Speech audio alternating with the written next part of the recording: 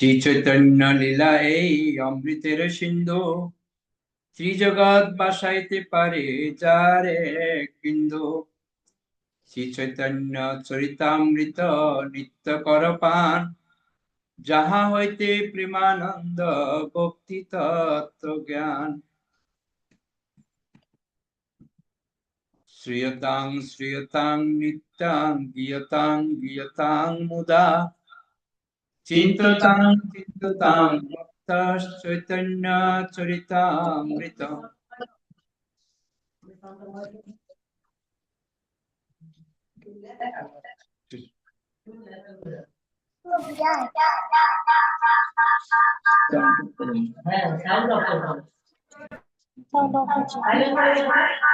Mute করে দাও, mute করে দাও।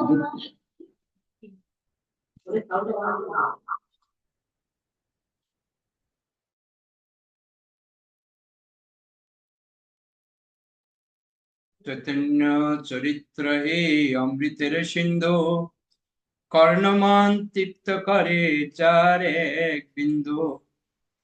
ভব সিন্ধু তরিবারে আছে যার চিত্ত, শ্রদ্ধা করি শুন সেই চৈতন্য চরিত্র। জগাই মাদায় হইতে মহিষে পাপিষ্ঠ, পুরুষের কীট হইতে মহিষে লঘিষ্ঠ। মোর নাম শুনে যেই তার পুণ্য খায়, মোর নাম লয় যে তার পাপ হয়। এমন নির্মন মোরে যেবা কৃপা করে, এক নিত্যানন্দ বিনু জগত ভিতরে। দেখো হিসেবে সাউন্ডটা বন্ধ করুন আপনারা, সবাই সাউন্ড অন করলে কি করে হবে? না। শুনিলে কণ্ডিবে চিত্তে অজ্ঞানাদি দোষ, কৃষ্ণ গার প্রেম হবে পাইবে সন্তোষ। শ্রী চৈতন্য নিত্যানন্দ অদ্বৈত মহার্থ, তার ভক্ত ভক্তি নাম প্রেম রস তত্ত্ব। ভিন্ন ভিন্ন লিখিয়াছি করিয়া বিচার, শুনিলে জানিবে সব বস্তু তত্ত্ব সার। বন্দে গুরুন ঈশ ভক্তান, ঈশম ঈশ অবতারকান, তৎপ্রকাশাঞ্চ তৎশক্তি কৃষ্ণ চৈতন্য সঙ্গকম। বন্দে শ্রীকৃষ্ণ চৈতন্য নিত্যানন্দ সহোদিত, গৌরদয়ে পুষ্পবন্ত চিত্র সপ্ততম। এ সাউন্ড করে বারবার বলি না। অনর্পিত চরিং চিরাত করুণায় অবতীর্ণ কলো, সমর্পয়িত উন্নত উজ্জ্বল রসাংশ ভক্তি শ্রিয়ম। হরিপুরট সুন্দর দুতি কদম্ব সন্দীর্পিত, সদা হৃদয় কন্দরে স্ফুরত বসতি নন্দন। আজানুলম্বিত ভুজ করণকাবদাতৈ, সংকীর্তনৈক পিতরৈ কমলায় তক্ষৈ। বিশ্বম্বর দ্বিজবর যুগধর্ম পাল, বন্দে জগৎ প্রিয় কর করুণা।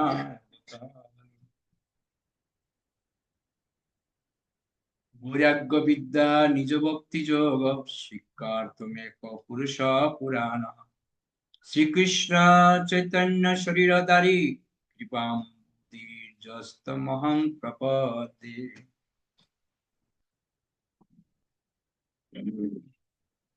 শুনিলে কণ্ডিবে চিত্তের অজ্ঞানাদি দোষ, কৃষ্ণে গার প্রেম হবে পাইবে সন্তোষ।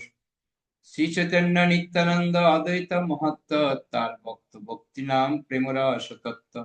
ভিন্ন ভিন্ন লিখিয়াছি করিয়া বিচার, শুনিলে জানিবে সব বস্তু তত্ত্ব সার। নম ওম বিশ্বপ্তায় কৃষ্ণপৃষ্ঠায় ভূতলে, শ্রীমতে ভক্তি বেদান্ত স্বামিনিতি নামিনে। নমস্তে সরস্বতী দেবে গৌরবাণী প্রচারিণে, निर्विशेष शून्यवादी पाश्चात्य देशोत्तारिणे। वंचाकल्पतरुभ्यश्च कृपा सिन्धुभ्येव च पतितानां पावनेभ्यो वैष्णवेभ्यो नमो नमः। गुरुवे गौरचन्द्राय राधिकाय तदालये কৃষ্ণায় কৃষ্ণ ভক্তায় তদ্ভক্তায় নমো। হরে কৃষ্ণ। আমরা কতটুকু পড়েছিলাম কার মনে আছে? হরে কৃষ্ণ প্রভু, প্রণাম প্রভু। 9 নম্বর শ্লোক অব্দি করা হয়েছিল, দ্বিতীয় পড়ছে। 9 নম্বর শ্লোক, তাই তো? 10 থেকে আজকে হ্যাঁ, পড়া হবে, তাই তো? হ্যাঁ, হ্যাঁ। ওকে, আপনি তো লিস্ট দিলেন না কে কি পড়বে। তবু আগের সপ্তাহ দিয়েছিলাম, তো সেইভাবে হয়নি দেখে আর এই সপ্তাহে দিইনি। আর এই সপ্তাহে কেউ দেয়নি, শুধু সর্বলীলা কালিন্দী মাতাজি আমাকে পার্সোনালি জানিয়েছিলেন উনি পড়বেন বলে, আর কেউ বলেনি। সর্বেলা কালিন্দী মাত্র 10 নম্বর শ্লোক পড়ুন।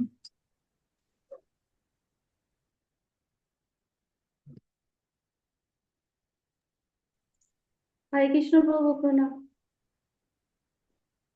প্রকাশ বিশেষে দেহ ধরে তিন নাম, ব্রহ্ম পরমাত্মা স্বয়ং ভগবান। তো শ্লোক আছে। এখানে অনুবাদ করুন। তার বিভিন্ন প্রকাশ অনুসারে তিনি ব্রহ্ম, পরমাত্মা ও ভগবান এই তিন নামে পরিচিত হন। হরে কৃষ্ণ প্রভু। তো ছিল যুগ গোস্বামী তার ভগবৎ চন্দ্র গ্রন্থে ভগবান শব্দটির অর্থ বিশ্লেষণ করেছেন। সমস্ত চিন্ত ও অচিন্ত শক্তি সম্পন্ন হবার ফলে ভগবান হচ্ছেন অখণ্ড পূর্ণ তত্ত্ব। তার পূর্ণ শক্তিমত্তা সম্বন্ধে জ্ঞানের অভাব হেতু আমাদের কাছে এই পরম তত্ত্বের আংশিক প্রকাশ নির্বিশেষ ব্রহ্মরূপে প্রতিভাত হয়। ভগবান শব্দের আদ্য অক্ষর ব কারের অর্থ হচ্ছে সম্বর্তা ও ভর্তা। পরবর্তী শব্দ গকারের অর্থ নেতা, গময়িতা ও স্রষ্টা। বকারের অর্থ বাস করা। সমস্ত জীব পরমেশ্বর ভগবানে বাস করে এবং পরমেশ্বর ভগবান প্রতিটি জীবের হৃদয়ে বাস করেন। এই সমস্ত শব্দগুলির সমন্বয়ে ভগবান শব্দের অর্থ হচ্ছে অশেষ জ্ঞান, শক্তি, বল, ঐশ্বর্য, বীর্য, প্রতিপত্তি। অর্থাৎ এই অচিন্ত শক্তি সব রকমের নিকৃষ্ট গুণ বর্জিত হয়ে যার মধ্যে নিত্য বিরাজমান। তা আমরা সবাই জানি এখানে জ্ঞান, শক্তি, বল, ঐশ্বর্য, বীর্য, প্রতিপত্তি, এই ছটাকে বলা হয় কি? স্বর ঐশ্বর্য। স্বর ঐশ্বর্য কি কি? সমগ্র ঐশ্বর্যস্য বীর্যস্য যশস্য শ্রিয়। অর্থাৎ আমাদের ভগবান হচ্ছে সমস্ত ঐশ্বর্য, সমগ্র যশ, সমগ্র জ্ঞান, সমগ্র বৈরাগ্য, সমগ্র শ্রী, কটা হলো সমগ্র বীর্য। এই ছটা যার মধ্যে রয়েছেন তিনি হচ্ছেন ভগবান। তো এখানেও জ্ঞান, শক্তি, বল, ঐশ্বর্য, বীর্য, প্রতিপত্তি, এই অচিন্ত শক্তি সব রকমের নিকৃষ্ট গুণ বর্জিত হয়ে যার মধ্যে নিত্য বিরাজমান। তার মানে ভগবানের এই 6টা শক্তি রয়েছে। আর যেহেতু আমরা জীব, আমাদের মধ্যে এখান থেকে ক্ষুদ্র একটু একটু হলেও আমাদের মধ্যে কি আছে? এই শক্তিগুলি আছে। এই অচিন্ত শক্তি ব্যতীত পূর্ণরূপে ধারণ বা পালন করা যায় না। আধুনিক সমাজ প্রতিপালিত হচ্ছে বিভিন্ন বৈজ্ঞানিকদের মস্তিষ্ক প্রসূত বৈজ্ঞানিক আয়োজনের মাধ্যমে। সুতরাং আমরা সহজেই অনুমান করতে পারি যে যিনি তার অচিন্ত শক্তির মাধ্যমে অসংখ্য গ্রহ নক্ষত্র সৃষ্টি করে অন্তহীন আকাশে তাদের বাসিয়ে রেখেছেন, তার মস্তিষ্কের ক্ষমতা কি অপরিসীম। মানুষের তৈরি একটি উপগ্রহকে বাসিয়ে রাখতে যে পরিমাণ বুদ্ধিমত্তার প্রয়োজন হয় তা যদি একটু বিবেচনা করে দেখা যায় তাহলে নিতান্ত নির্বোধ না হলে কেউ বলবে না যে মহাশূন্যে অগণিত গ্রহ নক্ষত্রগুলিকে কোন উৎকৃষ্ট বুদ্ধিমত্তা নিয়ন্ত্রণ করছে না। তো এই যে এত সুন্দর বিষয়টা আমরা দেখছি এখানে, ভগবানের যে বিভূতির কথা বলছেন, সাধারণ আমরা যদি শূন্যের উপরে বিশেষ করে ব্রিজ গুলো আমরা দেখি না, মানে জলের বা নদীর উপরে যে একটা ব্রিজ তৈরি হচ্ছে, ভাসমান ব্রিজ, এতে আমরা কত বাহবা দিচ্ছি যে কত সুন্দর একটা ব্রিজ তৈরি করছে দেখুন। আর পুরো একটা ব্রহ্মাণ্ড, পৃথিবীটা পুরো শূন্যের উপরে কিন্তু বেশি রয়েছে। তাহলে ভাবুন ভগবানের কত শক্তি থাকলে এরকম শূন্যের উপরে একটা ব্রহ্মাণ্ডকে বাসমান রাখা যায়। বুঝতে পারছেন? তো সেজন্য আমাদের প্রত্যেকেরই এই তাৎপর্য থেকে এটাই আমাদেরকে নিতে হবে কি, না ভগবান, ভগবান হচ্ছে সরৈশ্বর্য। তো সরৈশ্বর্যপূর্ণ যেহেতু ভগবান, ভগবানের মধ্যে সমস্ত শক্তি পূর্ণভাবে আছে। কিন্তু আমরা যেহেতু জীব, আমাদের সাথে ভগবানের কি কানেকশন আছে? আমাদের কানেকশন হচ্ছে কি ভগবান পূর্ণ, আমরা হচ্ছে অংশ। তো ভগবানের যদি আমরা অংশ, আমাদের মধ্যে একটু একটু করে হলো এগুলি আছে। ওকে, আমি যতটুকু করেছি এরপর থেকে আমাদের গার্গী মাতাজি বলুন তো।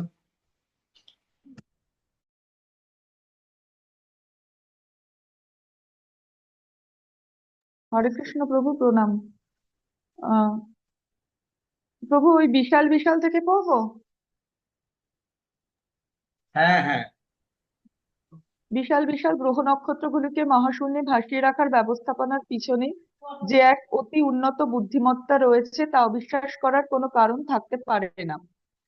ভগবদ গীতায় 15 অধ্যায়ের 13 নম্বর শ্লোকে পরমেশ্বর ভগবান এই সম্বন্ধে স্পষ্টভাবে বলেছেন, আমি প্রতিটি গ্রহে প্রবেশ করি এবং আমার শক্তির দ্বারা পরিচালিত হয়ে গ্রহগুলি কক্ষপথে স্থিত থাকে।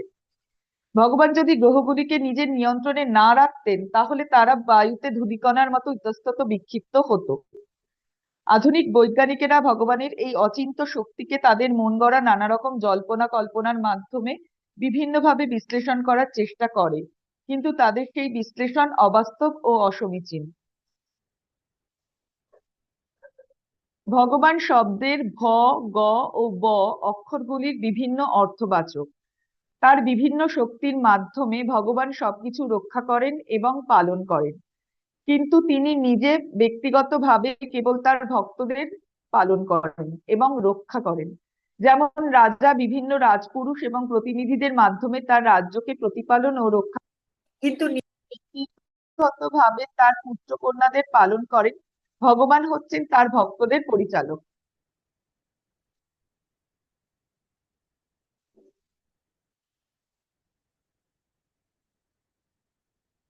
সেই সম্বন্ধে ভগবদ্গীতায় বলা হয়েছে, ভগবান স্বয়ং তার প্রিয় ভক্তদের নির্দেশ দেন যে কিভাবে তারা ভক্তি মার্গে উন্নতি সাধন করে নিশ্চিতভাবে ভগবত কাজে প্রয়োগ করতে পারে।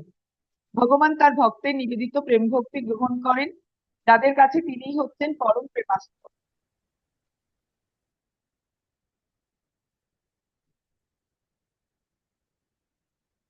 আপনার সাউন্ড বন্ধ হয়ে গেছে।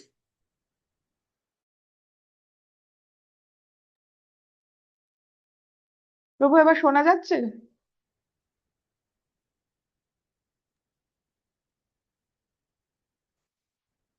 জয় মাতাজি, শোনা যাচ্ছে। আচ্ছা।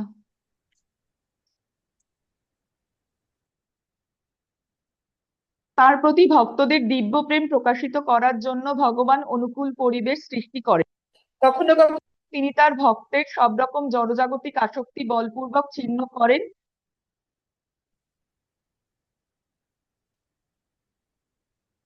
হরে কৃষ্ণ প্রভু, হরে কৃষ্ণ প্রভু, প্রণাম। প্রভু, একটা ফোন আসছে বারবার, ওই জন্য আমার মানে ইয়েটা চলে ওকে যাচ্ছে, ওকে ওকে বারবার করে ওকে সাউন্ডটা হচ্ছে। ওকে, অনেক ধন্যবাদ আপনাকে। তো এই গার্গী মাতাজি বললেন, কে কি বুঝলেন? কিছু মাথায় ঢুকেছে? কি বলতে পারবেন, কি বুঝলেন, কি বোঝাচ্ছে আমাদেরকে?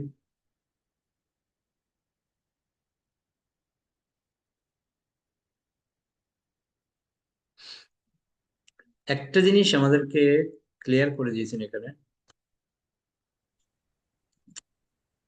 ভগবানের ইচ্ছের প্রভাবেই কিন্তু সবকিছু হচ্ছে। সৃষ্টি, পালন, ধ্বংস, সবকিছু সবকিছু কিন্তু ভগবান ইচ্ছাতে হচ্ছে। এখানে একটা পয়েন্ট খুব সুন্দর তুলেছেন এখানে, সেটা হচ্ছে রাজার উদাহরণ দিচ্ছি। আবার কি সাউন্ড কি অফ করে বাবা? আপনারা সাউন্ড গুলো অফ করে রাখতে পারেন না? তো একটা জিনিস ক্লিয়ার এখানে, ভগবান প্রত্যেকটা গ্রহের মধ্যে প্রবেশ করছে এবং এই গ্রহগুলির মধ্যে অবস্থান করে কক্ষপথ গুলিকে স্থিতি করছে। একটা প্রশ্ন আমাদের সবসময় রাখতে হবে। আমরা জানি পরীক্ষিত মহারাজ যে জীবন কাহিনী সম্বন্ধে কি, যখন উত্তরা পরীক্ষিতের মা যখন পাহিমাং পাহিমাং করে দৌড়ছিলেন, যখন ব্রহ্মাস্ত্র নিক্ষেপ করা হয়েছিল তার গর্ভে, যেন উম, ওদের বংশে কেউ না থাকে, পাণ্ডবদের। তো যখনই কৃষ্ণের কাছে এসেছেন, কৃষ্ণ কি করলেন? মুহূর্তের মধ্যে মুহূর্তের মধ্যে মাতৃগর্ভের মধ্যে প্রবেশ করে পুরো ব্রহ্মাস্ত্রকে পুরো আটকিয়ে দিয়েছে। তাহলে মানে এটা কি করে সম্ভব? আমরা হয়তো যা কিছু হয়তো এগুলো হয়তো আমরা আশেপাশে চোখের সামনে ঘটছে নিজেকে এটা মেনে নিচ্ছি, কিন্তু এটা মাতৃগর্ভে প্রবেশ করে ওখানে ব্রহ্মাস্ত্রকে ঠেকিয়ে পুরো সুরক্ষিত করে দিয়েছে। তাহলে এগুলি তো একটা কক্ষপথকে ভগবান তার কক্ষ পথের মধ্যে রাখা, এটা তো সামান্য ব্যাপার।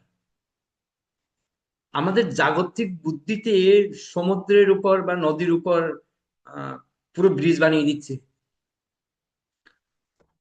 ভাসমান ব্রিজ। আমাদের যেমন হাওড়া ব্রিজ, হাওড়া ব্রিজ দেখেছেন তো? ভাসমান ব্রিজ, এত বড় একটা নদীর উপরে ব্রিজ বানিয়ে দিয়েছে। তাহলে ভগবান এই সামনে এই পৃথিবীটা ছোট একটা ব্রহ্মাণ্ড, তো এটাকে ভাসানো ভগবানের জন্য কোনো একটা কঠিন কাজ হলো না? আমাদের জন্য মনে হচ্ছে বিশাল ব্যাপার, কিন্তু ভগবানের জন্য এটা কোনো বিশালই নয়। তো সেজন্য খুব সুন্দর একটা উদাহরণ দিয়েছে এখানে। উদাহরণটা দেখুন, যেমন রাজা বিভিন্ন রাজপুরুষ এবং প্রতিনিধিদের মাধ্যমে ও তার রাজ্যকে প্রতিপালন ও রক্ষা করেন, কিন্তু নিজে ব্যক্তিগতভাবে তার পুত্র কন্যাদের পালন করেন। ভগবান হচ্ছেন তার ভক্তদের পরিচালক। সে সম্বন্ধে ভগবদ্গীতা বলা হয়েছে, ভগবান স্বয়ং তার প্রিয় ভক্তদের নির্দেশ দেন যে কিভাবে তারা ভক্তি মার্গে উন্নতি সাধন করে নিশ্চিতভাবে ভগবত রাজ্যে অগ্রসর হতে পারেন। ভগবান তার ভক্তের নিবেদিত প্রেম ভক্তি গ্রহণ করেন, যাদের কাছে তিনিই হচ্ছেন পরম প্রেমাস্পদ। তার প্রতি ভক্তদের দিব্য প্রেম বিকশিত করার জন্য ভগবান অনুকূল পরিবেশ সৃষ্টি করেন। কখনো কখনো তিনি তার ভক্তের সব রকম জড়জাগতিক আসক্তি বলপূর্বক ছিন্ন করেন এবং তার সব রকম জড় প্রচেষ্টাগুলিকেও প্রতিহত করেন, যাতে ভক্ত সম্পূর্ণরূপে তার শরণাগত হন। এভাবেই ভগবান তার ভক্তদের পরিচালক রূপে নিজেকে প্রতিপন্ন করেন। কি বুঝলেন এখানে? এটা যদি আপনারা বুঝতে পারেন, 100% আমি বলতে পারি আপনারা ভক্তি পথে এগিয়ে যাবার পন্থাটা বুঝে গেছে। আমি যেটুকুনি পড়লাম, উদাহরণ দিয়েছি যেখানে, শর্মিলা মাতাজি কি বুঝলেন? হরে কৃষ্ণ প্রভু, প্রণাম। প্রভু, এখানে আমরা উদাহরণ দিতে পারি ছিল প্রভুপাদের। তো ওনার কাছ থেকেও তো ভগবান সবকিছু ছিনিয়ে নিয়ে গেছিলেন, যেটুকু ছিল আর ওনার কাছে সবটুকু ছিনিয়ে নিয়ে গিয়ে ওনাকে পূর্ণ মাত্রা ভগবানের চরণে শরণাগত করেছেন। যাতে উনি মানে ভক্তিপথে একদম মানে ভক্তিপথের রাজ্যে আর কি পূর্ণভাবে তিনি প্রবেশ করতে পারেন। হরে কৃষ্ণ প্রভু। ওকে, অনেক ধন্যবাদ উজ্জ্বলা মাতাজি। হরে কৃষ্ণ প্রভু প্রণাম। তো এখানে ভগবান তার শক্তিমত্তার দ্বারা সকলকে রক্ষা করেন, প্রতিপালন করেন, কিন্তু তার ভক্তকে তিনি স্পেশাল ভাবে তিনি ভক্তদের প্রতিপালন করেন, মানে পরিচালনা করেন তিনি তার ভক্তদের। আহ, যেমন রাজা তার রাজ্যের সমস্ত প্রজাদের প্রতিপালন করেন, রক্ষা করেন, কিন্তু তার পুত্রকে কিন্তু পুত্র কন্যাদের তিনি নিজস্বভাবে পালন করেন, তেমনি ভগবানও আমাদের ভক্তদের প্রতি ওইভাবে পরিচালন করেন, যাতে ভক্তরা তার নির্দেশ ঠিক সময়ে এমন নির্দেশ দেন যে নির্দেশ প্রতিপালন করে তিনি যেন ভক্তরা তার রাজ্যে প্রবেশ করতে পারে এবং এবং ভক্তি মার্গে উন্নতি সাধন করতে পারে, সেইভাবে তিনি তাদের নির্দেশ দেন। হরে কৃষ্ণ। আমার একটা প্রশ্ন করেছিলাম আপনাদেরকে, আমি যে রিডিংটা পড়েছি, এই রিডিংটা থেকে আপনি কি বুঝলেন? আমি রিডিংটা আমি মানে সেকেন্ড টাইম শুনতে চাইছি না। আমি পড়েছি, রাজার একটা উদাহরণ দিয়েছে। রাজা তিনি তার প্রতিনিধির মাধ্যমে পুরো রাজ্য প্রতিপালন করেন এবং রক্ষাও করেন, কিন্তু ব্যক্তিগতভাবে নিজে তার পুত্র সন্তানদের পালন করেন। তো ভগবান হচ্ছেন ভক্তের পরিচালক। সেটাই। অনেক সময় এখানে আমাদের একটা জিনিস বুঝতে হবে, কি সেটা? সেটা হচ্ছে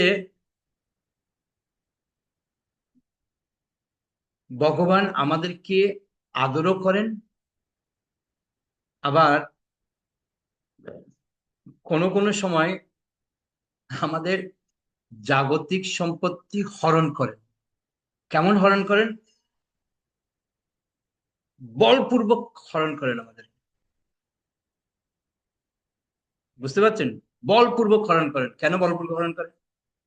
আমরা এত আসক্তি আমাদের, আমরা ছাড়তে চাই না। একবার স্বর্গের রাজা ইন্দ্র কি হয়েছিল না, সে শূকর হয়েছিল। তো শূকর হয়ে বিষটা খাচ্ছিল, বিষটা। আর বিষটা খাচ্ছে, আর এদিকে কি আনন্দ, কি আনন্দ! তো ব্রহ্মা গিয়ে বলছে, আরে ইন্দ্র, কি করছো তুমি? কি খাচ্ছ এগুলি? তুমি স্বর্গের মধ্যে কত ভালো ভালো খাবার, কত ভিআইপি স্পেশাল কত কিছু খাবার তুমি খেতে, আর এখানে তুমি নোংরা খাচ্ছ? তখন ইন্দ্ররূপী শূকর কি বলেছিল জানেন? এই আপনি আমাকে ডিস্টার্ব করছেন কেন বলেন তো? দেখছেন না আমার বাচ্চা কাচ্চা, ছেলে মেয়ে, পরিবার নিয়ে কত সুন্দর ভালো মন্দ খাচ্ছি, আমার খাবার দেখে আমরা কি হিংসে হচ্ছে নাকি? হ্যাঁ। আর ব্রহ্মা কি বলছে, আরে এগুলো তোমার খাবার নয় রে, তোমার খাবার এর থেকে ভালো উন্নত মানের খাবার, চলো তোমাকে আমাকে নিতে আসছি। বলছে, না আমি ওখানে যাবো না, আমি ওখানে যাবোই না। বলছে, কেন যাবে না? তোমার স্বর্গ তোমার জন্য অপেক্ষা করছে, চলো। বলছে, না, আমি এখান থেকে ছেলে একদম যাবোই না, একদম যাবোই না। ও যেতেই চাইছে না, না তোমাকে যেতে হবে না, আমি যাবোই না। ওই মুহূর্তে কি করবে? এটাই বলছে, আমরা অনেক সময় ছাড়তে চাই না। তো ভগবান কি করে? আমাদের জোর করে আমাদের কাছ থেকে সমস্ত জড় আসক্তি সম্পন্ন যে জিনিসগুলি রয়েছে এগুলি বলপূর্বক ছিন্ন করেন। আর তখনই আমাদের মনে কষ্ট হয়, ভগবান আমার থেকে সব নিয়ে নিল। তো জন্য বুদ্ধিমান ভক্ত হচ্ছেন তিনি, কে? যিনি বুঝবেন যে যিনি বুঝবেন কি যে ভগবান আমার থেকে এগুলি নিয়ে নিয়েছেন, মানে এর থেকে আরো ভালো কিছু আমাকে দেবেন। ভগবান কি বলছে, যে করে আমার আশ আমি করি তার সর্বনাশ। তারপরেও যে না স্যার আমার আশ, আমি হই তার দাসের দাস। এই যে ভগবান কথাগুলি বলছেন, কি মনে হয় এমনি এমনি বলছেন? মহান মহান ভক্তরা ভগবানের প্রতি এত আসক্তি হচ্ছে তাদের, সেটা বলার মতো না। ওকে, তো ওই জন্য এখানে ভগবান ক্লিয়ার আমাদেরকে বলছেন যে সম্পূর্ণরূপে ভগবানের প্রতি যেন আমরা শরণাপন্ন হই। ওকে, এরপর থেকে পড়ুন তো, কি পড়বেন? গার্গীর মধ্যে যেখানে শেষ করেছিল এরপর থেকে ও পড়বো। করেন। হরে কৃষ্ণ, প্রভু প্রণাম। এই জড়জগতের সৃষ্টি, পালন ও ধ্বংসকার্যে ভগবান সরাসরিভাবে যুক্ত নন, কেননা ব্যক্তিগতভাবে তিনি তার নিত্য পার্শ্বদের সঙ্গে নিত্যকাল ধরে দিব্য আনন্দ উপভোগে ব্যস্ত। কিন্তু তবুও তিনি তার বহিরঙ্গা জড়শক্তি এবং তটস্থা জীবশক্তির প্রবর্তক। তাই তিনি নিজেকে পুরুষ অবতার রূপে বিস্তার করেন এবং তারাও তার মতো পূর্ণ শক্তি সমন্বিত। পুরুষ অবতারেরাও হচ্ছেন ভগবত তত্ত্ব, কেননা তারা সকলেই পরমেশ্বর ভগবানের আদিরূপ থেকে অভিন্ন। জীব হচ্ছে তার অনুসদৃশ্য অংশ এবং তারা গুণগতভাবে তার সঙ্গে এক। তারা জড়জগতে প্রক্ষিপ্ত হয় যাতে তারা স্বতন্ত্রভাবে জড় সুখ ভোগ করার বাসনা চরিতার্থ করতে পারে, কিন্তু তবুও তারা পরমেশ্বর ভগবানের পরম ইচ্ছার অধীন। পরমাত্মা রূপে নিজেকে প্রকাশ করে ভগবান তাদের এই জড় সুখভোগের আয়োজনগুলো পর্যবেক্ষণ করেন। এই সম্পর্কে একটি অস্থায়ী মেলার দৃষ্টান্ত দেওয়া যায়। ক্ষণিকের জন্য নাগরিকেরা কোনো মেলায় আনন্দ উপভোগ করতে যায় এবং তাদের তত্ত্বাবধান করার জন্য সব রকমের পক্ষ থেকে সেখানে কোনো উচ্চ পদস্থ কর্মচারীকে নিয়োগ করা হয় সুষ্ঠুভাবে মেলা পরিচালনা করার জন্য। সেই উচ্চপদস্থ কর্মচারীটির হাতে সব রকম সরকারি ক্ষমতা দেওয়া হয়ে থাকে এবং তাই তিনি সরকার থেকে অভিন্ন। তারপর যখন মেলা শেষ হয়ে যায় তখন সেই উচ্চপদস্থ কর্মচারীটি আর কোনো প্রয়োজন থাকে না, তখন তিনি বাড়ি ফিরে যান। এই উচ্চপদস্থ কর্মচারীটির সঙ্গে পরমাত্মার তুলনা করা যায়। হরি বল, অনেক ধন্যবাদ মাতাজি। তো এখানে একটা জিনিস দেখুন, কি সুন্দর উদাহরণ দিয়েছে ভগবান। মেলায় এই যে ভগবান আর জীবের মধ্যে যে পার্থক্যটা রয়েছে, পার্থক্যটা একটু ভালো করে বুঝুন। ভগবান হচ্ছেন বিভু চৈতন্য আর জীব হচ্ছে অনুচৈতন্য, যদিও তারা গুণগতভাবে এক কিন্তু পরিমাণগতভাবে ভিন্ন, তবুও তবুও জীব হচ্ছে পরমেশ্বর ভগবানের অধীনে থাকেন। এই একটা জিনিস এখানে আমাদের ক্লিয়ার করেছে, সেটা কি? এই জগৎটা হচ্ছে একটা কিসের মতো বলুন তো? মেলা। না না, আমি মেলার কথা বলছি না। আমি আলাদা একটা উদাহরণ দিচ্ছি। এই জগৎটা হচ্ছে যে দুঃখের আলোয়, বলছে না জগৎটা, দুঃখের আলোয়ের মধ্যে আমরা দুঃখ পাবো, এটা হচ্ছে স্বাভাবিক। দুঃখ পাওয়াটা স্বাভাবিক। কেন দুঃখ পাওয়াটা স্বাভাবিক? কেন? জগৎটাই দুঃখের। এই দুঃখের মধ্যে আমি সুখ কি করে পাবো? না, দুঃখই পাবো। কিন্তু দুঃখটা কখন হচ্ছে? ভগবান কৃপা করে আমাকে দুঃখের সমুদ্রের মধ্যে পাঠিয়েছে। তো দুঃখের সমুদ্রের মধ্যে পাঠিয়েছে, তো বিশেষ কারণে আমাকে 2 মিনিটের জন্য একটা সুখের সন্ধান দিয়েছে। একটা 2 মিনিটের একটা সুখ আমরা ভোগ করার সুযোগ দিয়েছে। 2 মিনিট সুখ ভোগ করেছেন, সুখ ভোগ করার পর 2 মিনিট মেয়াদ শেষ। তারপর কি আসবে? দুঃখ আসবে। কিন্তু সমস্যাটা কি? সমস্যা না, আমি তো সুখে ছিলাম, ভালোই খাচ্ছিলাম, ভালোই পড়ছিলাম, কেন আমার থেকে চিনে নিয়েছে? না, আমার ওটা চাই। বলছে আরে না রে, তোমাকে ক্ষণিকের জন্য দেওয়া হয়েছে, না আমার পার্মানেন্ট চাই এটা। না, তোমার 2 মিনিটের জন্য দেওয়া হয়েছে, না আমি পার্মানেন্ট চাই। আর যেই দিচ্ছে না, তখন কি হয়ে গেল?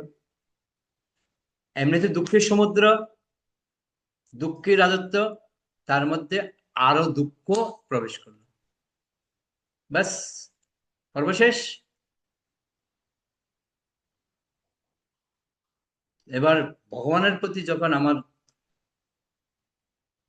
সম্পর্ক, ওটা তখন আমাদের আস্তে আস্তে কমতে থাকে। কেন কমতে থাকে? কারণটা কি? না, আমি তো এত ভালোবাসছিলাম, এত কিছু করছিলাম, ভগবান আমার থেকে এটা নিয়ে নিল।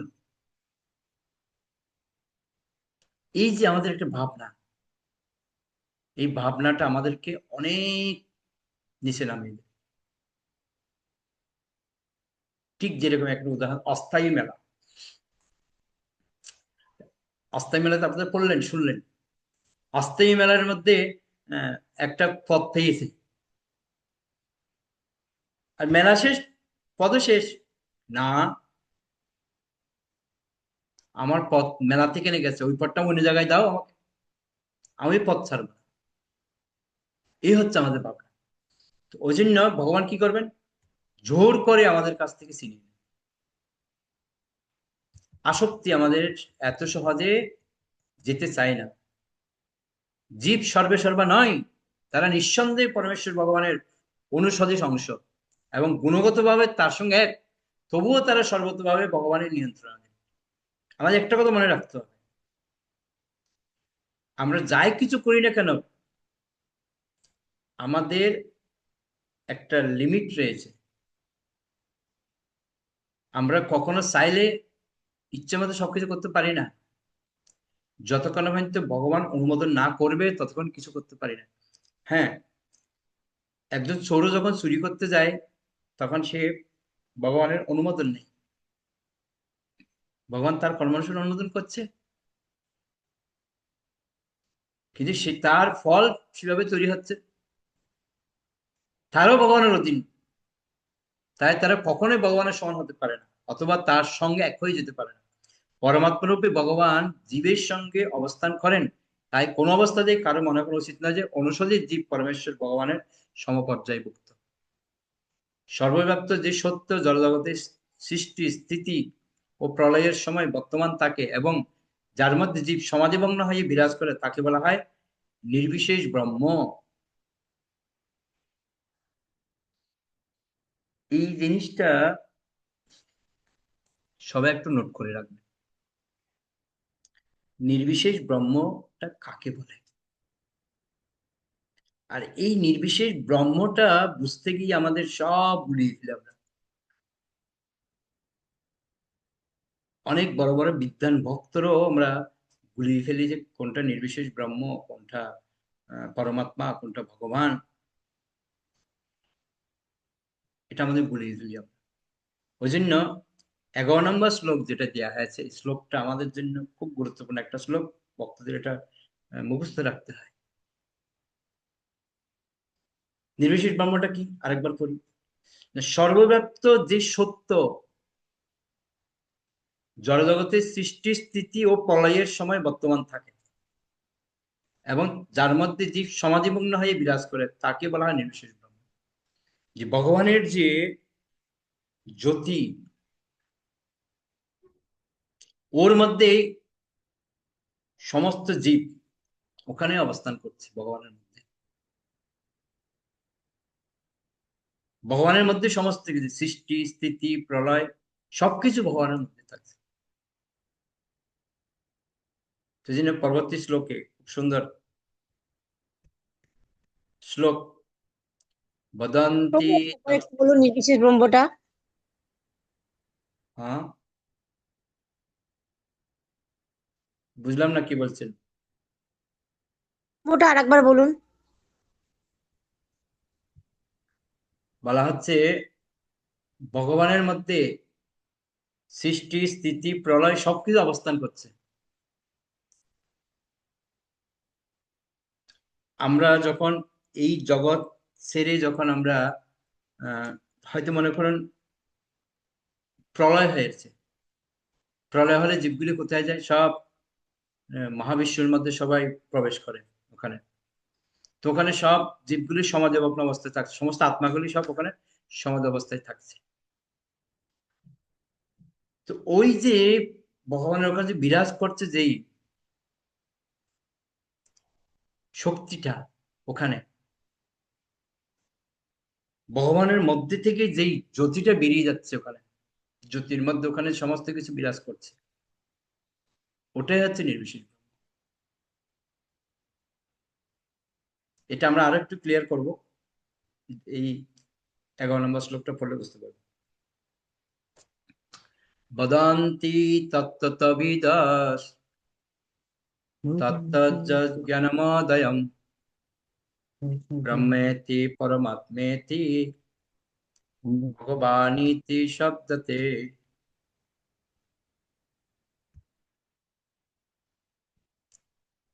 তো বলা হচ্ছে যা অদ্বয় জ্ঞান, অর্থাৎ এক ও অদ্বিতীয় বাস্তব বস্তু, তত্ত্বজ্ঞ পণ্ডিতরা তাকেই তত্ত্ব বলেন। সেই তত্ত্ব বস্তু ব্রহ্ম, পরমাত্মা, ভগবান এই 3 নামে অভিহিত হয়।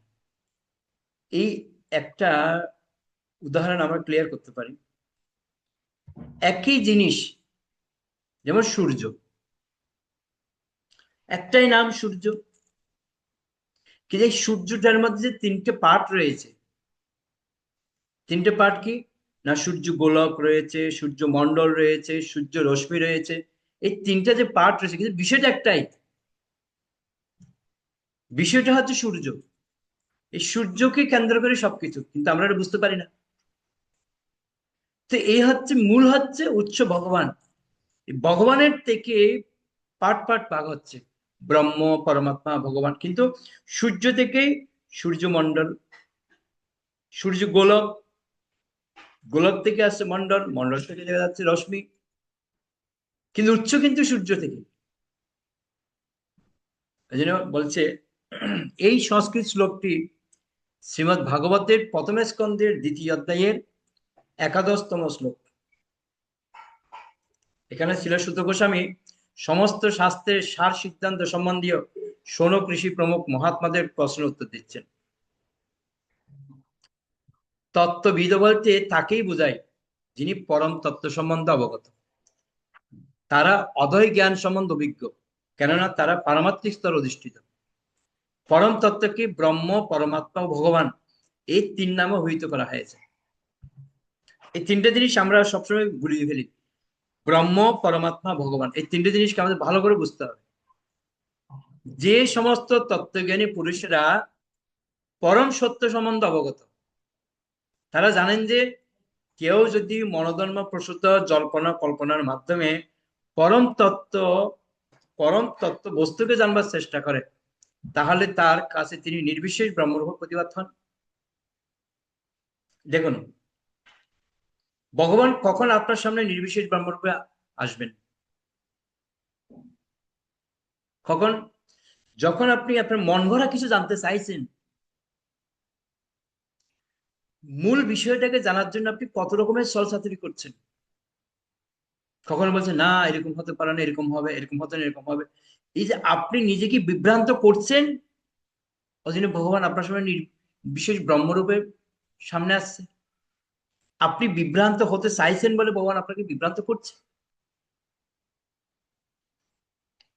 আরেক প্রকারের ব্যক্তি আছে, আর কেউ যদি তাকে জানবার জন্য যোগ প্রণালী অবলম্বন করেন, তাহলে তিনি পরমাত্মার উপরে তাকে দর্শন করতে পারবেন। এই এই তিনটা জিনিস কিন্তু ভালো করে বুঝুন। আমাদের পুরো কিন্তু এই যে নির্বিশেষ শূন্যবাদী আমরা বলি না, নির্বিশেষবাদ শূন্যবাদ, এই যে না বুঝলে কিন্তু সব গুলিয়ে ফেলবে। এখানে দেখবেন কত সুন্দর একটা বিষয় আমাদেরকে ক্লিয়ার করে দিয়েছেন। কি?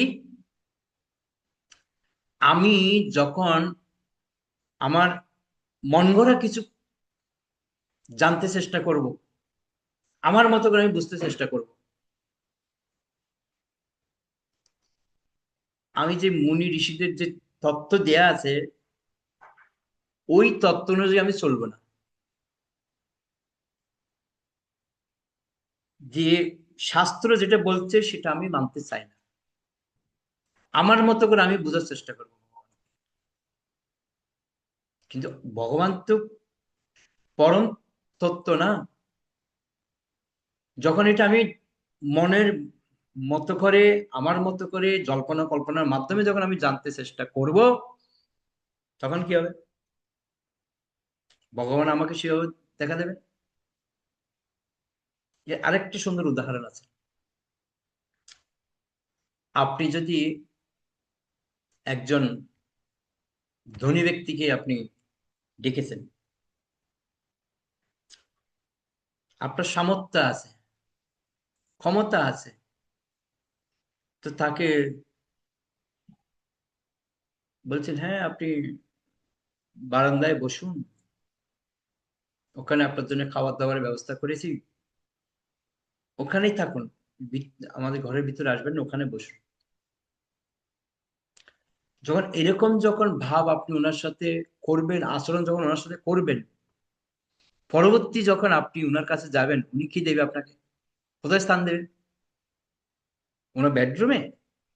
কি মনে হয় কোথায় স্থান দেবে? উনি বলে দেন তুমিও আমার এইখানে বসো, ওই ওনার বারান্দায় আপনাকে বসতে দেবে। ভগবান কি বলছে? যে যতমাং প্রবর্তন্তে তাং ততৈব ভজাম্যহম। আপনি যেভাবে ভজনা করবেন সেভাবে তাকে ফল দেবে।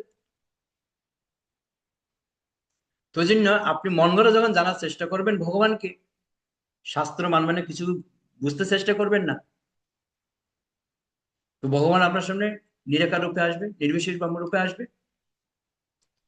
আর আপনি যদি বলেন, না আমি যোগ করব, ধ্যান করব, এর মাধ্যমে আমি ভগবানকে লাভ করতে চাই, ভগবান ঠিক আছে, কোনো অসুবিধা নেই, তাতে আমি যাব। কিভাবে আসবে? না, পরমাত্মার রূপে তিনি আসবেন। একটা হচ্ছে মন ভরা জল্পনা কল্পনার মাধ্যমে, আরেকটা হচ্ছে কি আমার মতো করে আমি নিজস্ব প্রণালী ব্যবহার করব, যোগ প্রণালী। তো তার কাছে সেভাবে দর্শন দেয় ভগবান। আরেকজন ব্যক্তি আছে, সে বলছে না আমি যোগ প্রণালী তো যাব না, মন গড়াও জানবো না, আমি সরাসরি কিভাবে তাকে দর্শন করা যায় সেই রহস্যটা আমি খুঁজবো। এই জন্য তিনি শুদ্ধ কোনো মহাত্মার কাছ থেকে পূর্ণ জ্ঞান লাভ করবেন। আর পূর্ণ জ্ঞান যখন তিনি লাভ করবেন, তখন উনি দিব্য স্বরূপ প্রত্যক্ষ ভগবানের যে সচ্চিত আনন্দময় রূপ সেটা দর্শন করতে তিনি সক্ষম হবেন। একটা কথা আমাদের মনে রাখতে হবে, কি আমি অনেক জায়গায় বলি কথাটা, আমরা প্রত্যেকে বলি প্রভু আমার ছেলের জন্য একটা লক্ষ্মীমতী ভালো ঘরের ভালো একটা মেয়ে ঠিক করে দেবে। তার মানে আমি কি চাইছি? রাজকুমারী, আমার ছেলের জন্য একটা রাজকুমারী ব্যবস্থা করে দেবে। আরে বাবা, তুমি যদি তোমার ছেলের জন্য রাজকুমারী চাও, রাজকুমারীর মা বাবা কি চাইবে?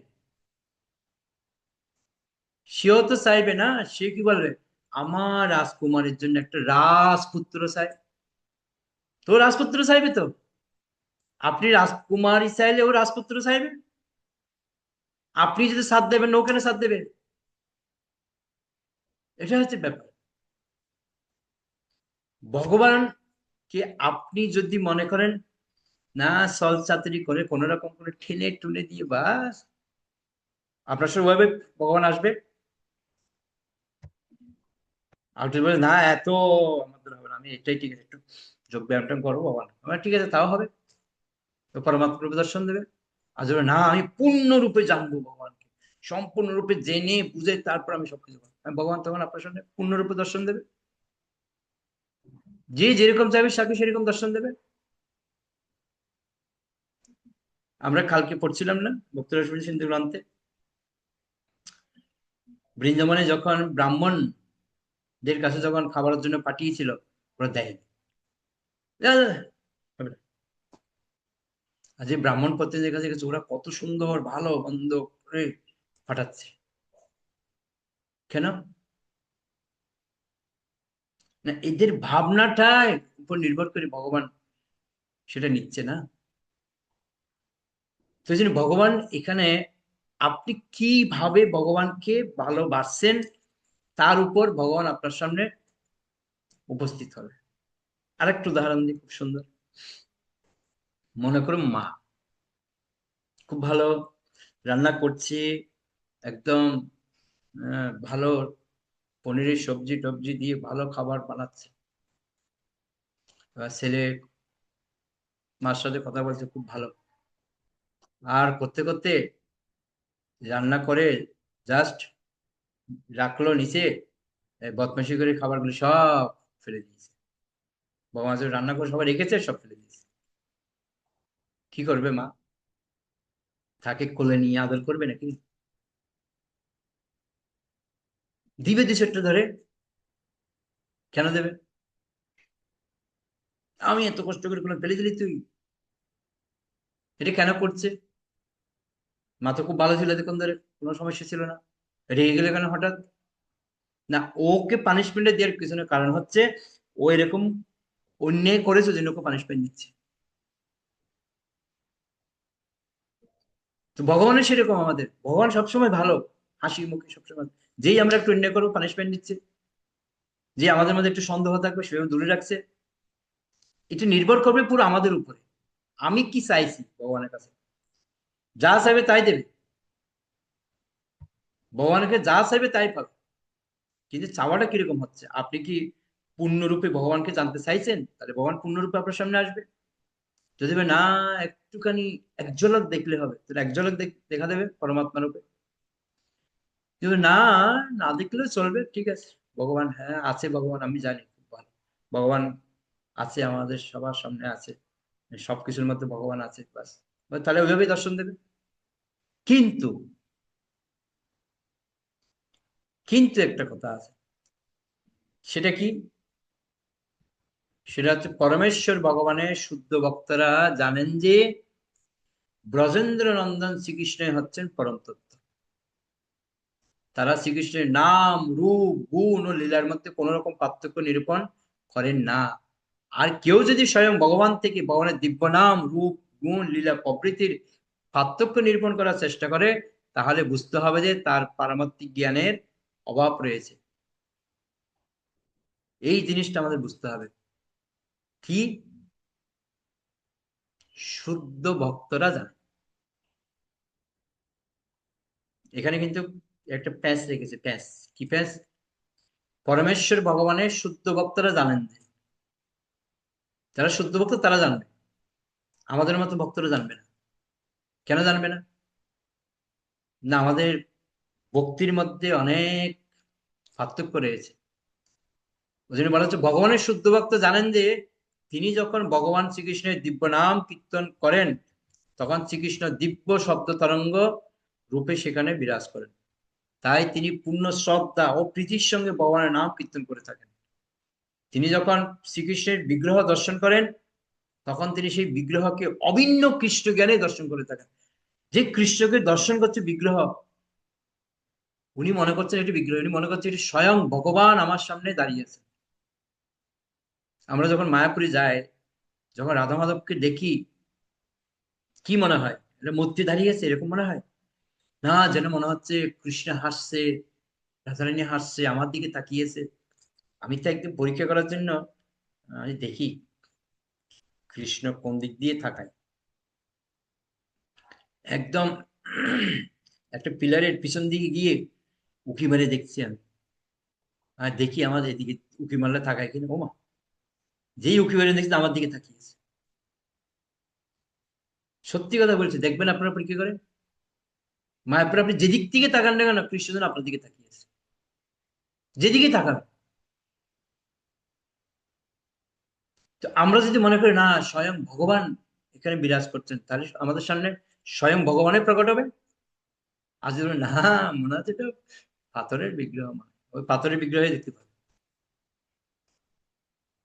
ঠিক আছে, বিশ্বাসের উপর আমাদের অনেক কিছু নির্ভর করবে। একবার গুরু আর শিষ্য, গুরু ও শিষ্যকে বোঝাচ্ছে বৃন্দাবন ধামের মাহাত্ম্য হচ্ছে সর্বত্রই রাধারানী বিরাজমান, যেখানে থাকাবে শুধু রাধারানী। শিষ্যের মনে কি আনন্দ, ওহ কবে বৃন্দাবন যাব আর সর্বত্র রাধারানীকে দর্শন করবো। তো গুরুদেব বলছে আমি এবছর যাই, আগামী বছর তুমি যাবে। বলছে ঠিক আছে। গুরুদেব বৃন্দাবনে গেলেন, বৃন্দাবন দর্শন করলেন, ঘুরলেন, ঘুরে ফিরে চলে আসছেন।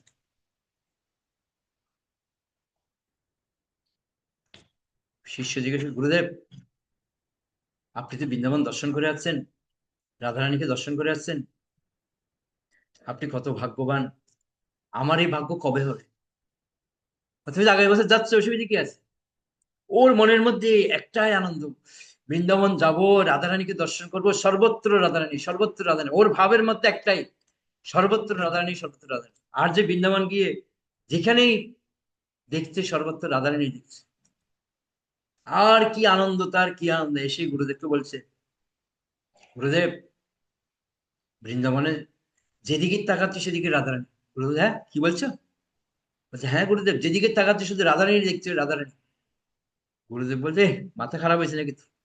বলছে হ্যাঁ গুরুদেব, যেদিকে তাই শুধু রাধারানী দেখছেন। তো গুরুদেব বলছে রাধা, সত্যি রাধারানী দেখেছিস কোথায়? বলছে তোর জীবন ধন্য হয়ে গেছে। কেন না, পূর্ণ বিশ্বাস সহকারে দর্শন। আর আমি তো জানি বৃন্দাবন ধাম কি আছে, আর বৃন্দাবন আর বৃন্দাবন আর কি, আর কি আছে। দর্শনের উপর, বিশ্বাসের উপর আমাদের অনেক কিছু নির্ভর করে। ওই জন্য বলা হচ্ছে কোন কোন ভাগ্যবান দেখিবারে পায়, অদ্যাপি গৌরলীলা করে গোরা রায়। ভগবান এখনো প্রত্যেকটা স্থানে দিব্যলীলা করছেন, যারা ভাগ্যবান তারা দেখতে পাচ্ছে। তো বিগ্রহের মধ্যে যে স্বয়ং ভগবান অবস্থান করছেন, সেটা কে বুঝতে পারবে? যিনি ভগবানের শুদ্ধ ভক্ত। ওই জন্য বলে তিনি যখন শ্রীকৃষ্ণের বিগ্রহ দর্শন করেন, তখন তিনি সেই বিগ্রহকে অভিন্ন কৃষ্ণ জ্ঞানে দর্শন করে থাকেন। তিনি বিগ্রহ মনে করেন, তিনি মনে করছেন কৃষ্ণ। কিন্তু সেই দর্শন যদি ভগবান শ্রীকৃষ্ণের স্বরূপ ব্যতীত অন্য কোনোভাবে করা হয়, তাহলে বুঝতে হবে যে দর্শনকারী ব্যক্তি পারমাত্মিক জীবনে যথেষ্ট উন্নত নয়। বুঝতে পারলেন? আমাদের যদি অন্য কিছু ভাবনা মনের মধ্যে আসে, তাহলে আমার দর্শনের মধ্যে এবং আমার আধ্যাত্মিক জীবনের উন্নতির মধ্যে গন্ডগোল আছে। ওই যে পারমাত্মিক জ্ঞানের অভাব হেতু তারা পারমাত্মিক জীবনে উন্নতি সাধন করতে পারে না। আর এই পারমাত্মিক জ্ঞানের অভাবে হচ্ছে মায়া। যারা কৃষ্ণ ভাবনাময় নয়, জ্ঞানের অভাববশত তারা মায়ার দ্বারা নিয়ন্ত্রিত হয়। পরম স্তরে ভগবান সমস্ত প্রকাশই হচ্ছে অদ্বৈত তত্ত্ব, ঠিক যেমন মায়ার নিয়ন্তা শ্রী বিষ্ণুর সমস্ত রূপে হচ্ছে অদ্বৈত তত্ত্ব। মায়াবাদী দার্শনিকেরা যারা নির্বিশেষ ব্রহ্মের উপাসনা করে, তারা মনে করে যে অনুচৈতন্য বিশিষ্ট জীব বিভূচৈতন্য বিশিষ্ট ভগবান থেকে অভিন্ন। আবার যোগ সাধনকারী পরমাত্মাবাদীরা যারা পরমাত্মাকে দর্শন করার চেষ্টা করে, তারা মনে করে যে জীবাত্মা যখন শুদ্ধ চেতনা সম্পন্ন হয়, তখন সেই শুদ্ধ স্তরে তারা পরমাত্মার সঙ্গে অভিন্নতা প্রাপ্ত হয়। কিন্তু একজন শুদ্ধ ভক্ত, একজন শুদ্ধ ভগবত ভক্ত অনুভূতি লব্ধ যেই জ্ঞান প্রাপ্ত হন, তার মাধ্যমে তিনি সবকিছুকে কৃষ্ণ সম্বন্ধে দর্শন করতে সমর্থ হন এবং তাই তার জ্ঞান পূর্ণ। বুঝতে পারলেন কি বললাম? এটাই হচ্ছে আমাদের এখানে পার্থক্য। বুঝা গেল? এখানে একটু উদাহরণ দিতে পারি।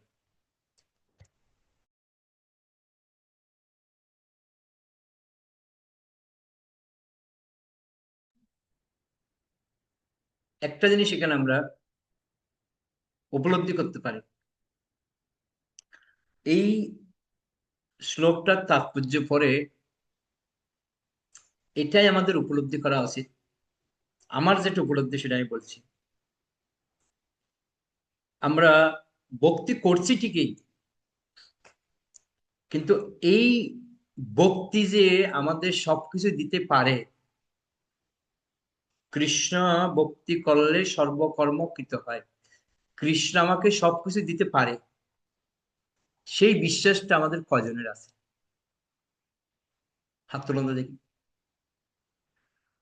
যে আমি কৃষ্ণ ভক্তি করলে কৃষ্ণ আমাকে সবকিছু দিবেন, এই বিশ্বাস যদি আমার থাকে,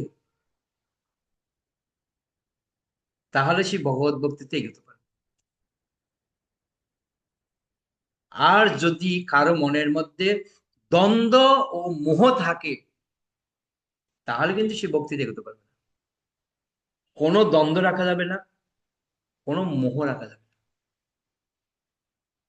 তাহলে আপনি এগোতে পারবেন না। এই জন্য এখানে একটা শব্দ ক্লিয়ার করেছেন, খারাপ ভগবানকে প্রাপ্ত হতে পারে যারা শুদ্ধ ভক্ত। শুদ্ধ ভক্ত যতক্ষণ না হচ্ছে ততক্ষণ পর্যন্ত আমরা ওই চলছে তো চলছে, টেনে টুনে চলবে। এখানে কিছু হচ্ছে না, ঠিক আছে, ওখানে গিয়ে একটু দেখি। ওখানে কিছু হচ্ছে না, ওখানে গিয়ে একটু দেখি। এক গাছ বান্দরের মতো এক গাছ থেকে এক গাছে লাফাবো আমরা। এক জন্ম থেকে আরেক জন্ম ঘুরবে।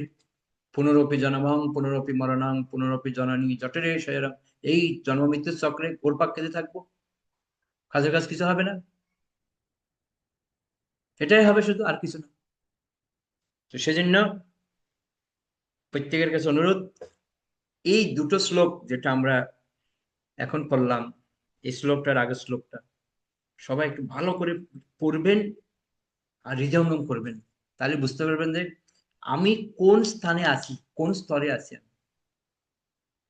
আমিও কি বাহ্যিক যারা পরমাত্মা রয়েছে, যারা নিরাকার ব্রহ্মের উপাসনা, তাদের মতো করছি না তো? তাদের তো কৃষ্ণের প্রতি বিশ্বাস নেই, ওই জন্য তারা এটা করছে। তা আমাদের যদি কৃষ্ণের প্রতি বিশ্বাস থাকে, তো আমরা এরকম করবো কেন? আমরা যে কৃষ্ণই সবকিছু দিচ্ছেন, এটা প্রথম থেকে একটা কথা বলছে, কৃষ্ণ হচ্ছে সবকিছুর মূল, অদ্বৈত তত্ত্বের মূল হচ্ছে কৃষ্ণ। তার থেকে গর্ভদেব বিশ্ব থেকে শুরু করে সমস্ত কিছু সৃষ্টি হচ্ছে, তাহলে অন্যদিকে আমরা চিন্তা করছি কেন? হরে কৃষ্ণ কৃষ্ণ কৃষ্ণ হরে হরে, হরে রাম রাম রাম। উজ্জ্বল বানপ্রভুর কি প্রশ্ন?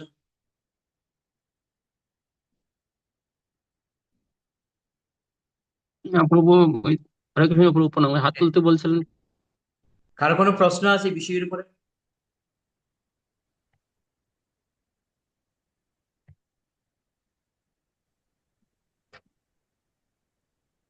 হরে কৃষ্ণ প্রভু, বলছি প্রভু মোহ আর জড় এগুলোই তো কারণ কষ্ট হচ্ছে।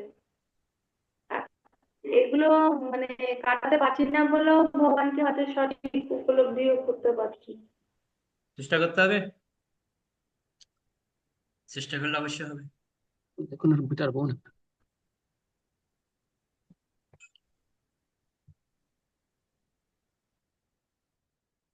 অজিতেশ বাবু কি প্রশ্ন? হরে কৃষ্ণ প্রভু প্রণাম। বলছি এ নির্বিশেষ ব্রহ্ম, বলছি মহাবিষ্ণুর ভিতরে মহাবিষ্ণুকেই কি নির্বিশেষ ব্রহ্মা বলছে যে প্রলয়ের সময়? মহাবিষ্ণু কি বললেন? নির্বিশেষ ব্রহ্ম যে মানে যার নিঃশ্বাস প্রশ্বাসে অনন্ত কোটি ব্রহ্মাণ্ড তৈরি হয় বা আবার প্রলয় হয়, এই নির্বিশেষ ব্রহ্ম কি ওই মহাবিষ্ণুকেই কি বলছে? মহাবিষ্ণু উনার থেকে তো পরপর বিশ্বগুলোর সৃষ্টি হচ্ছে না। মহাবিষ্ণু থেকেই তো বরদেশে বিষ্ণু, ক্ষীরদেশে বিষ্ণু, পর্বতে সৃষ্টি হচ্ছে। তো ওনার মধ্যে তো মেইন ভগবান, তো কৃষ্ণ তো হচ্ছে গোলকে থাকেন, কৃষ্ণের অংশ হচ্ছে পরপর এগুলো আসছে। এনাদের মধ্যেই তো প্রথম পার্ট, তারপরে পরপর একটা শুরু হচ্ছে। তো এটাই মহাবিশ্বের মধ্যে সমস্ত কিছু প্রবেশ করছে এবার। সমস্ত জীব থেকে সবকিছু মহাবিশ্বের মধ্যে প্রবেশ করছে। ওই জন্য সৃষ্টি তত্ত্বটা হচ্ছে খুব ক্রিটিক্যাল, ওটা বোঝাটা হচ্ছে খুব কঠিন। ওই জন্য ওটা বুঝতে হলে আমাদেরকে মাথা একদম ফ্রেশ করে বুঝতে হবে। এই মাথার মধ্যে যে ভেজাল থাকলে কিন্তু ঢুকবে না। বুঝতে পারলেন? এমনিও ঢুকছে না, তাই মানে সেইভাবে। জন্য মাতাজি,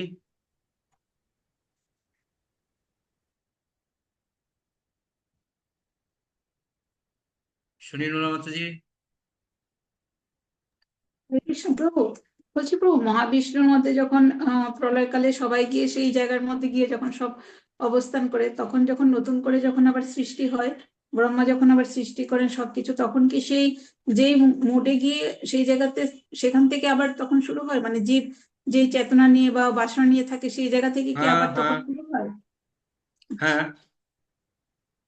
যেমন আমরা তাহলে অনেকবার তো প্রভু, তাহলে তো সেটা মানে এমনও হতে পারে যে কয়েক কোটি কোটি জন্ম সেটা ওই স্থির অবস্থাতেই থেকে যেতে পারে। আবার যখন সৃষ্টি হবে তখন কবে হবে তার তো কোনো ঠিক নেই, ভগবান যখন আবার করবে তখন। না না, প্রতি নিঃশ্বাস প্রশ্বাসের মধ্যে ভগবানের ব্রহ্মাণ্ড সৃষ্টি হচ্ছে, আবার ব্রহ্মাণ্ড প্রলয় হচ্ছে। ভগবানের নিঃশ্বাস প্রশ্বাসের মাধ্যমে কত ব্রহ্মাণ্ড ঢুকে যাচ্ছে, কত ব্রহ্মাণ্ড সৃষ্টি হচ্ছে ভগবানের।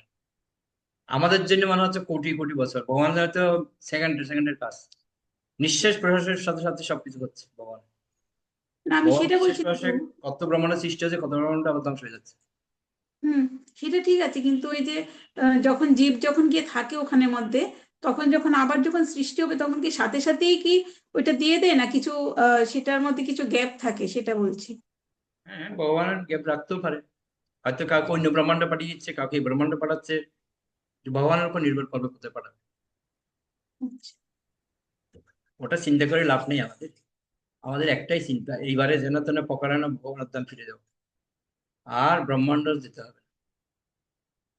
গেলেই বাস মুশকিল। ওটা হবে কি বললাম, পুনরপি জনমাং পুনরপি মরণাং জননী জঠরে শয়নং হয়ে যাবে বাস। শুধু জন্ম মৃত্যু চক্রে ঘুরতেই থাকবো, আর কিছু কাজ হবে না। একবারেই ফলাতে হবে। এইটাই টার্গেট একটাই। কিন্তু টার্গেট তখনই ফিল আপ হবে যখন আপনার ভাবনা হবে কে কি করছে সেটা আমার দেখার দরকার নেই, আমি কি করছি সেটাই দেখব। তাহলে আপনি এগোতে পারবেন। যদি মনে করেন না, অমুক তো এটা করছে, আমি করলে কি সমস্যা, তাহলে আপনি স্টপ হয়ে যাবেন। আপনি যদি মনে করেন না, ওদিকে যাক এদিকে যাক আমার দরকার নেই, আমি আমার লক্ষ্যের দিকে এগোবো স্থির, তাহলে আপনি অ্যাডভান্স হয়ে যাবেন। যদি কারো বিচার যদি আমি করতে যাই, বাস পুনর্মসিক হবো, আবার ওই সাপ লোডের মতো হবে। ওই উপরে উঠলাম মই বেয়ে বেয়ে, টুক করে আবার নিচে নেমে যাবো, সাপের মুখে পড়বো, দিয়ে নামিয়ে দেবো। কি দরকার? তার থেকে ভালো সাধন করো, ভজন করো, মরতে জানলে আর কিছু লাগবে না। ওকে, উজ্জ্বল মাতা কিছু বলছেন না? হাত উঠে বসে আছে আগে থেকে। হ্যাঁ, হরে কৃষ্ণ প্রভু। ওই অদ্বয় তত্ত্ব আর অদ্বয় জ্ঞান, এটা যদি আরেকটু বলেন। দুটোই একই কথা। জ্ঞানটাও কি একই? হ্যাঁ, ভগবান সম্বন্ধে জানাই হচ্ছে তত্ত্ব, আর ওটি জেনে লাভ করাটাই হচ্ছে জ্ঞান। অদ্বয় তত্ত্ব, আচ্ছা। ভগবানের হচ্ছে অদ্বৈত তত্ত্ব, ভগবান সম্পর্কিত যা কিছু সবচেয়ে অদ্বৈত তত্ত্ব। আর ওটাকে জানাই হচ্ছে জ্ঞান, ইজিলি একদম। অর্থাৎ আপনি ভগবান হচ্ছে অদয়, আর ভগবান সম্বন্ধে যা কিছু তত্ত্ব, এই ভগবানের তত্ত্বগুলিকে জানাটাই হচ্ছে জ্ঞান। জ্ঞান, অদ্বয় জ্ঞান। ঠিক আছে প্রভু। চৈতালি মাতাজি। হরে কৃষ্ণ। হরে কৃষ্ণ প্রভু, প্রণাম প্রভু। 11 নম্বর শ্লোকে তাৎপর্যে আছে, এখানে সুত গোস্বামী সমস্ত শাস্ত্রের সার সিদ্ধান্ত সম্বন্ধীয় সৈনক ঋষি প্রমুখ মহাত্মাদের প্রশ্নের উত্তর দিয়েছে। সৈনক কথাটার মানে কি বাবু? শোনক সৈনক ঋষি, এটা হচ্ছে ঋষিদের নাম। আচ্ছা, শোনক ঋষিরা, ওই যে উনি যখন ভাগবত কথা বলছিলেন, ওখানে যত সমস্ত ঋষিরা ছিল তাদের মধ্যে একজন ঋষির নাম হচ্ছে শোনক ঋষি। শোনক ঋষিরা সমস্ত ঋষিদের কথা বলছে। ওকে হ্যাঁ, হরে কৃষ্ণ। ওকে, অনেক অনেক ধন্যবাদ সবাইকে। একটু পরে আমাদের আবার ভগবত চিন্তায় আমরা মগ্ন একটা অন্য প্রশ্ন জিজ্ঞেস করবো প্রভু? না, আমাদের আর সময় নেই। ওকে, আচ্ছা ঠিক আছে, অন্যদিন। জগৎ ছিল প্রপাত কি যায়, সমেত গৌর ভক্ত মন্ডলী কি যায়, নিতাই গৌর প্রেমানন্দে হরি হরি। আমরা বৈশ্য প্রণাম করি। বাঞ্ছা কল্পতরুভ্যশ্চ কৃপা সিন্ধুভ্যশ্চ পতিতানাং পাবনেভ্যো বৈষ্ণবেভ্যো নমঃ। অনন্ত কোটি বৈষ্ণববৃন্দ কি যায়, নিতাই গৌর প্রেমানন্দে হরি হরি।